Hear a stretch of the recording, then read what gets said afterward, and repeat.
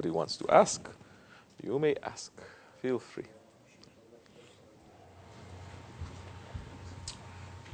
Bismillahirrahmanirrahim.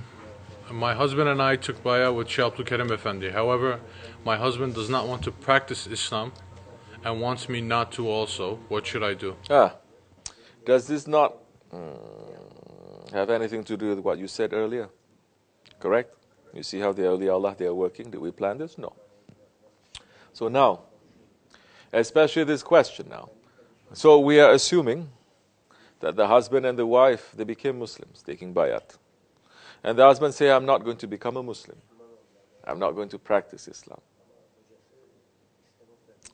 Now, according to Islam, you have to obey the husband. Correct? But if the husband is not obeying Allah and His Prophet, if the parents are not obeying Allah and His Prophet, then the same deal doesn't go through. The same thing, it does not apply. You have first obligation. Our first obligation is not to our husband or to our wives or to our father or to our mother or to our children. Our first obligation is to Allah and His Prophet. The husband does not want to practice, or the wife does not want to practice. We cannot force them. We're not living in a Muslim country.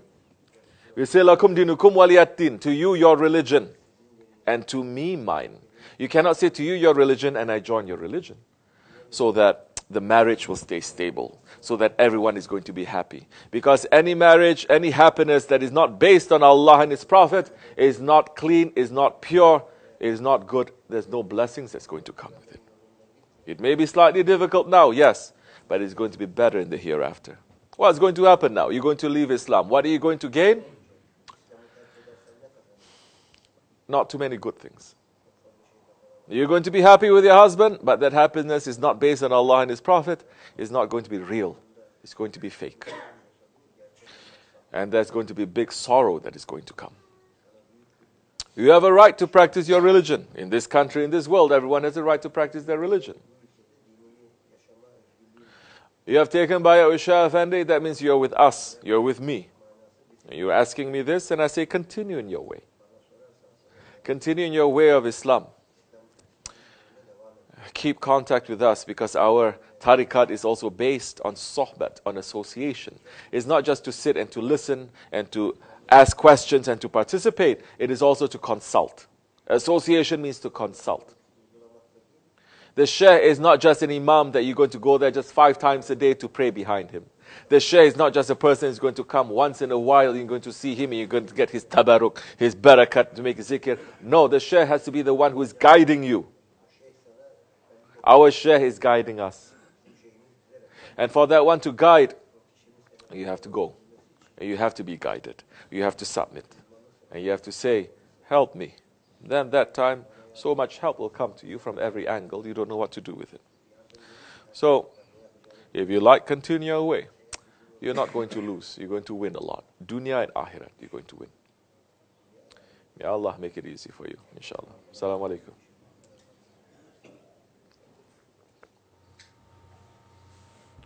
Bismillahirrahmanirrahim. My husband has trouble with lowering his gaze.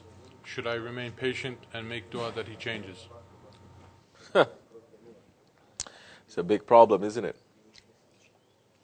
Lowering the gaze to look down, not to look around.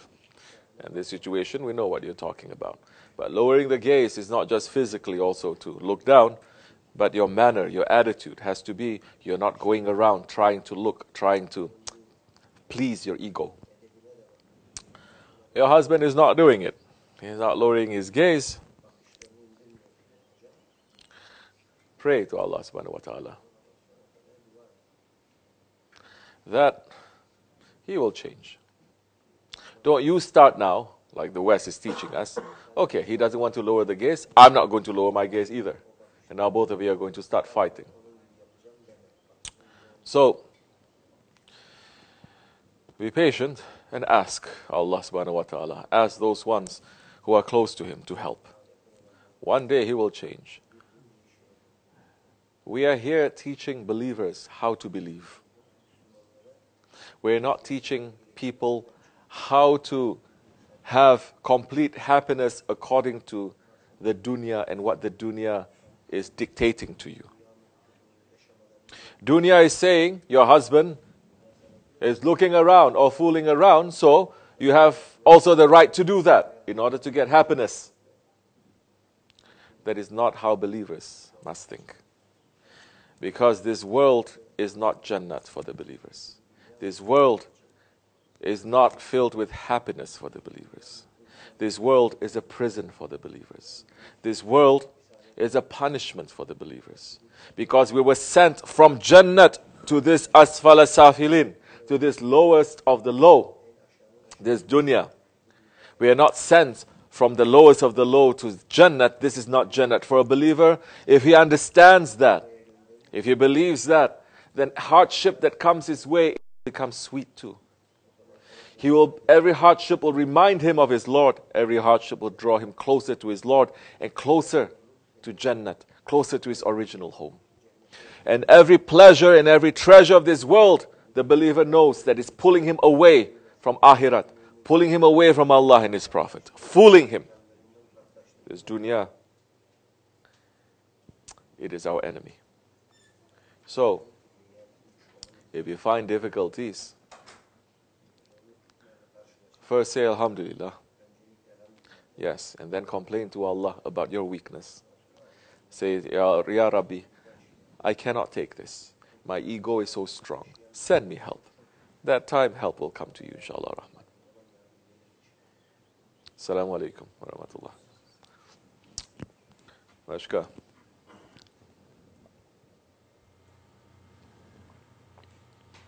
Bismillah ar-Rahman ar-Rahim. May we complain about ourselves to you.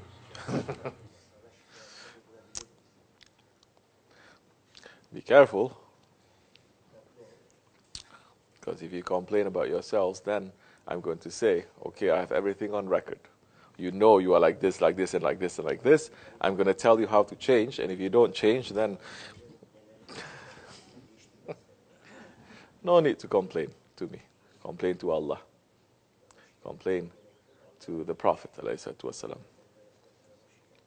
Complain to your Shaykh. But complain about your weakness. And say, please send help. Please. It's better than complaining about others. I hear so many times people complaining about others. But may Allah make it easy, inshallah. Okay. Rashka. Last question from Ahmed Jan. Bismillah ar-Rahman ar-Rahim. What is a Dergah and its benefits? And does a Dergah represent the dunya within the tariqat? Bismillah. At last, some sort of spiritual question, tariqat question. We can talk about this for weeks, which I'm not going to. We just mentioned, and we have mentioned so many times, the word dar, gah. Gah means a field or an open place, like Eid Gah. Where you celebrate, you pray the Eid, the Bayram prayers. Dar means threshold. Threshold means you are on the brink. You're almost somewhere else. You are in between places. You're not here, you're not there, you're in between. You're almost going to the next step. That is what a dar means, as in darvish. So the Dergah represents the next step before the next step from the dunya before you venture into where? Your reality. Into the divine presence.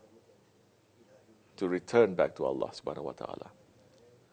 But the way to Allah subhanahu wa ta'ala, don't think that the next step means just to take one physical step or the next thing that you're going to do. One step for the prophets may take thousands of years for us. And this is the way of the prophets and the saints. So there are so many levels and so many stages that we have to take before we go to that next step to be with the one that we love.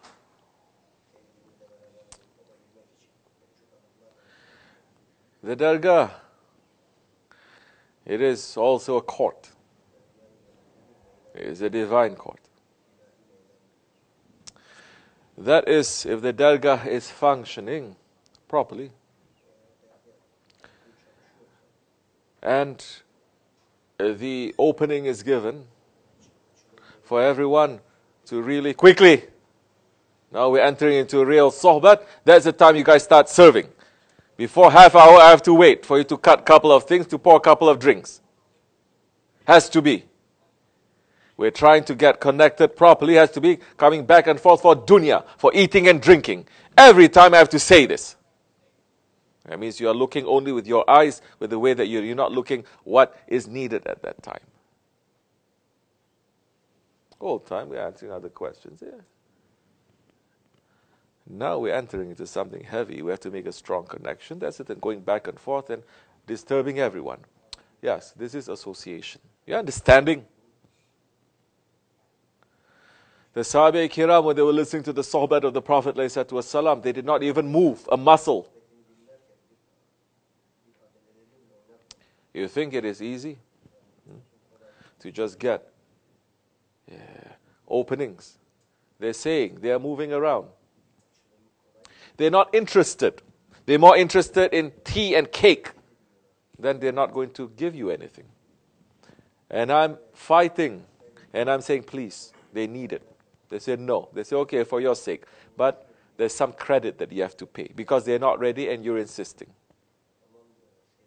I'm insisting not for myself, for you.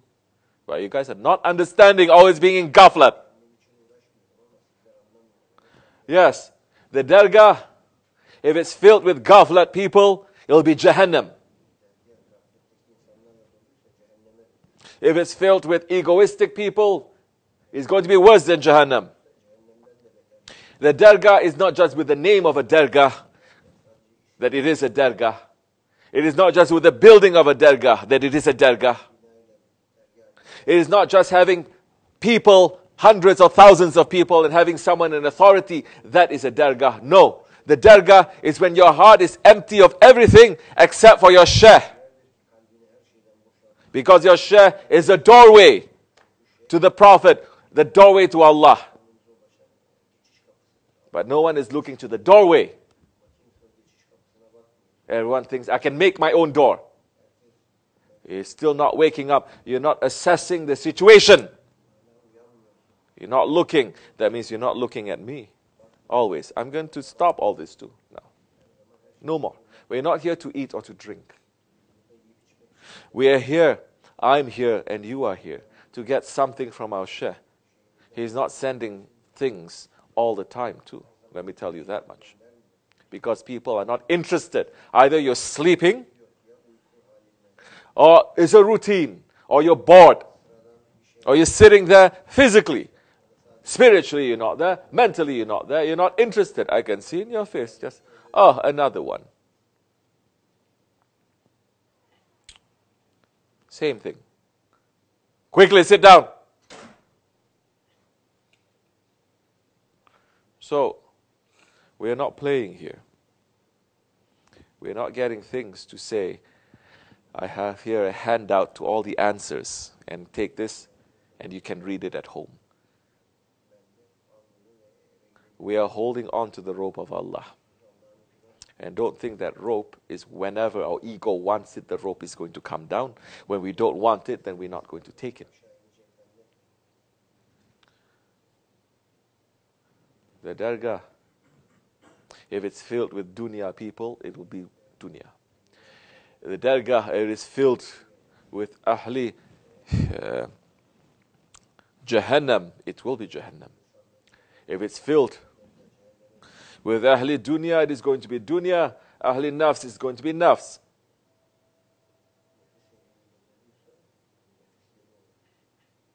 Don't think this is the Dergah too, by the way. Dergah in the old days, everything was done perfectly.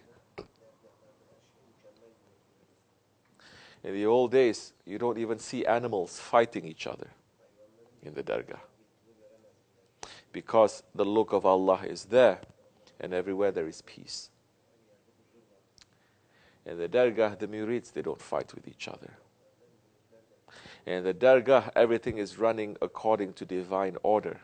That time, it is not a reflection of dunya, it is a reflection of paradise. It is a reflection of how Allah subhanahu wa ta'ala is ruling here on earth. That's why people coming to the Dergah, they take the barakat and they go. Now, if you're in the Dergah and you're living in the Dergah and you're filled only with ghaflat and anger and jealousy, people are going to come and they're going to take that. Alhamdulillah, that is not happening here. Not because of us, not because of our hearts that are so clean or we are free from all of this, but because of the power of our Shaykh that he is covering everything and is protecting everyone from each other's egos. It doesn't mean you can do as you like. It doesn't mean you can be in ghaflat.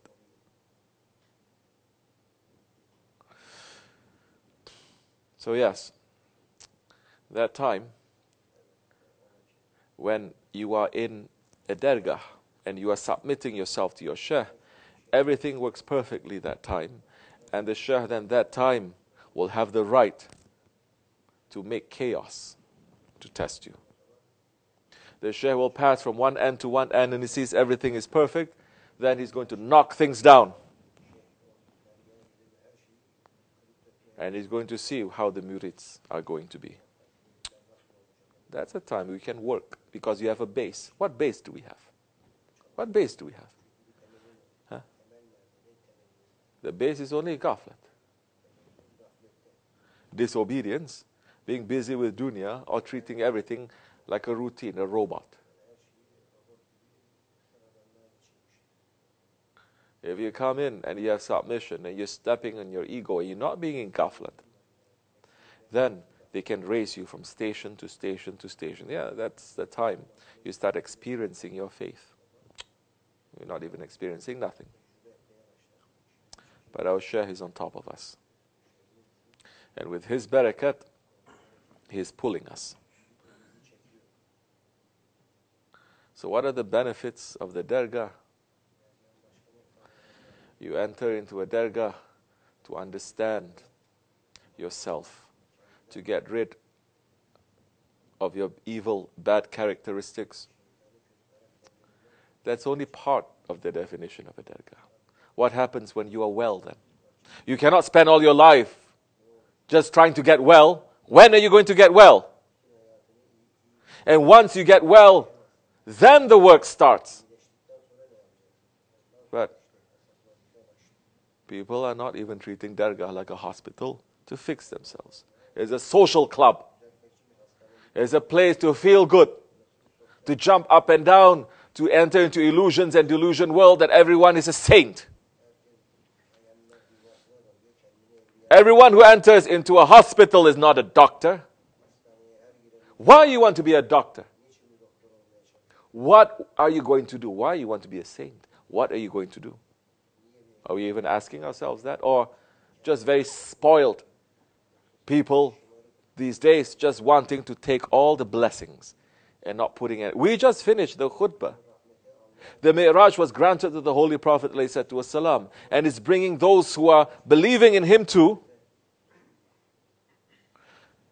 Oh, they're saying, Hoja, how can you say that? All accounts saying Prophet went alone. You carry those with you in your heart. Isn't it? Physically, yes. We were not with him. They were not with him. The companions were not with them. But spiritually, the Prophet ﷺ has put them in his heart. But how did that come about? For Prophet ﷺ and for us. For those ones who are submitting to him. That blessing of the Mi'raj. Because they went through severe hardship. Because they paid. Anything valuable, you have to pay for it. You cannot get it for free. But these days they're saying tariqat is free. Free. It's a joke. Everyone is a clown.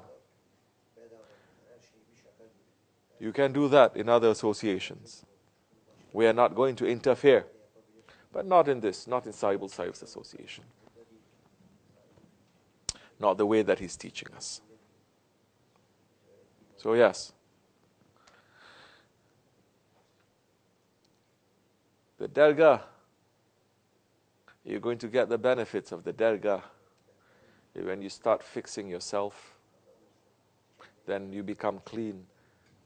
Then the Shaykh can work on you to build other things, to be in the way of Allah, to do other things. That time you're not going to be stuck in your own routine. Then that time you're going to move, yes, from the Dergah, association of the ego, you're going to move to the association of the spirit. Then they may move you to association of the angels, or the awliya Allah, or to the association of the prophets. Because this Dergah is not just filled with people physically, it's filled with spiritual ones too. It's filled with angels, it's filled with prophets and with saints. But if you come here with your ego, that's all you're going to see. If you step on your ego, that's the time they're going to pull you, and that's the time where you're going to be in the company of these holy ones. We are not a joke. We should not treat this religion as a joke. We should not treat this tariqat as a joke. We are very tough on ourselves, but we must be very easy on others. Others who don't know, others who just came, others who have no idea, we must be very easy and we must be very gentle with them, definitely. But on ourselves, we must be very hard on ourselves. Inshallah Rahman, we will not let the honor of this Dergah down. May Allah send us more help to expand the Osmanli Dergah everywhere in the world. The whole world needs to listen to the message of Sahibul Saif. May Allah grant us the power to do that. We are weak and we complain to Allah about our weakness. But with Allah, we will be strong. Wa min Allahu tawfiq. Al-Fatiha. Assalamu alaikum wa rahmatullahi wa barakatuh. I will see you soon. Fatiha.